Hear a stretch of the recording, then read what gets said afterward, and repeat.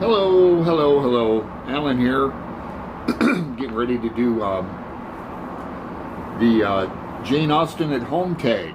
This is an original tag from Tilly at Tilly's Shelf, and I was tagged by Roz at Scalldandling about the books. And it's all about Jane Austen and the different homes in her novels. And the first prompt is Mansfield Park.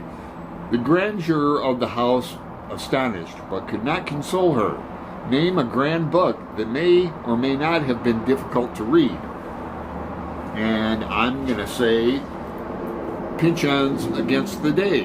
One of my favorite all-time novels. Big book, but not hard to read.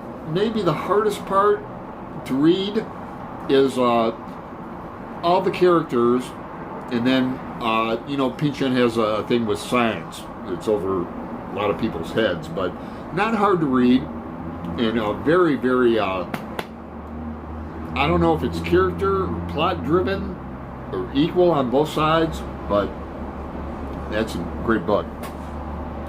Prompt 2, Barton College, Sense and Sensibility. In comparison to Norland, it was poor and small indeed. Name a book about a household in difficult circumstances. I'm just getting done with this book. I've got a few pages to read, just a little. We Are Not Ourselves by Matthew Thomas. This is a buddy read with Maria at MH Books in Dublin, Ireland. We had fun reading this, took our time. Took a couple months, just leisurely reading, but this is definitely a book about household under difficult circumstances. It's reminiscent in a way of Jonathan Franzen's The Corrections or Freedom, that kind of family dynamic, but this has so many twists and turns and WTFs in it. Yeah, I recommend this book a lot. Thanks, Maria. Prompt 3, Hartfield, Emma. I believe few married women are half as much mistress of their husband's house as I am of Hartfield. Name a book that you are master of, or that you think you're master of. And that would be my prized possession, Ulysses. I've annotated this book. This is the second Gabler edition I've annotated. I had a tie-dye Ulysses that got stained with wine over in Dublin.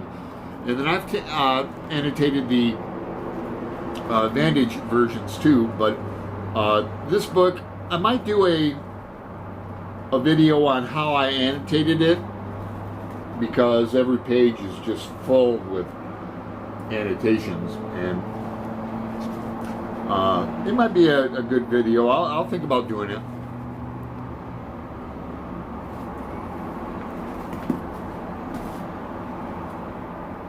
Prompt 4, Fullerton, Northanger Abbey. Now there was nothing so charming to her imagination as the unpretending comfort of a well-connected parsonage, something like Fullerton. Name a book containing a contented family. Now this is a hard one. I can't really come up with one, because novels are filled with conflict and rising and falling action. Just to have a contented family would be kind of boring. I can't really come up with one. Prompt 5, Rustling Park, Pride and Prejudice. He declared he might almost have supposed himself in the small summer breakfast parlor at Rossing's, a comparison that did not at first convey much gratification. Name a book that other books are constantly being compared to. Well, I just finished a buddy read with Stephanie Cohen of Pedro Paramo, and this is it's not being like compared to other books, but it's like an inspiration of other books. They say 100 Years of Solitude is off this. Magical realism comes from this. So I'm going to go with Pedro Páramo. Prompt 6. HMS Salute the Asp. Persuasion. Quite worn out and broken up, I was the last man who commanded her. Show us a book that is looking a little bit worse for the wearer. Haha. Remember this book, Roz? Roz and I are reading through Clarice Lispector, and this book I carried around with me last summer. It's not all marked up, but it has a few notes in it. This is a great book.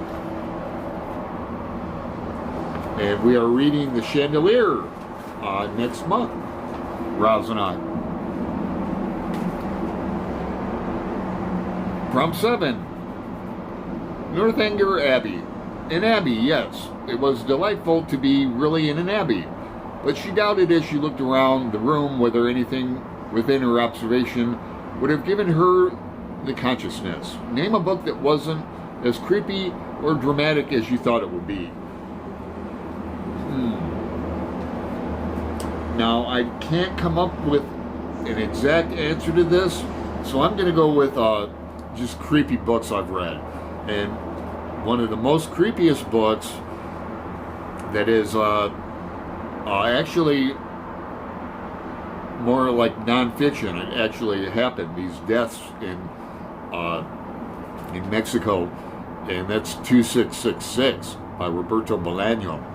That book is I liked that book, but I mean it really blew me away. Or I'm going to go with Cormac McCarthy's first book, Child of God. Now, any McCartney fans out there, if you haven't read that, that's required reading in my eyes. That's a hellacious book. Prompt 8. Portsmouth. Mansfield Park. The smallness of the house and thinness of its walls brought everything so close to her that, added to the fatigue of her journey and all her recent agitation, she hardly knew how to bear it. Name a book that disappointed you when you read or revisited it. And I revisited Jailbird. I think this was a buddy read with Stephanie Cohen. Can't remember. But this is I've read like 6 Vonnegut novels this year so far, and I'm going to be reading more. This was a little disappointing in a small way, because I read it before and I remembered it being a lot better. It's really political, a lot of characters. I mean, I liked it, but not my favorite Vonnegut book. And his books are so excellent, that's saying a lot. Prompt 9. Killinick Hall, Persuasion. Principal seat, Killinick Hall in the country of Somerset. Name a book from your ancestral home. And I immediately thought of Frank Delaney, the book Ireland. I'll put it up here. Frank Delaney, I was doing a line-by-line analysis of Ulysses with him. I mean, not personally. He was doing it out of New York as a podcast. And that refers back to my annotation of Ulysses. But he was a Joycean and a fine writer in his own right, the late Frank Delaney. Prompt 10. Pemberley, Pride and Prejudice. They had now entered a beautiful walk by the side of the water, and every step was bringing forward a nobler fall of ground. Name a book that you're ready to dive into. And that is Flights. I'm going to get to this sometime this year. I'm really booked up for a while. But this was a recommendation from Silje, and I can't wait to get into this. I believe Roz read this as well. So that's the prompts. There's an extra credit. I love extra credit. Bonus question. Which of these households would you like to live in? I'm going to stay with the Jane Austen theme, and I'm going to go with Rosling's Park in Pride and Prejudice. That just looks like such an energetic household with 5 women. They need some more testosterone. They need some more male influence besides Mr. Bennet. So hey, that's the tag. I'm gonna go along with Roz and not tag people because this is Jane Austen July specific. So anybody out there into Jane Austen or is participating in Jane Austen July, I hope you do this tag if you see it. Okay, thanks. Hope you like, subscribe, help me out, and I'll talk to you later. Later.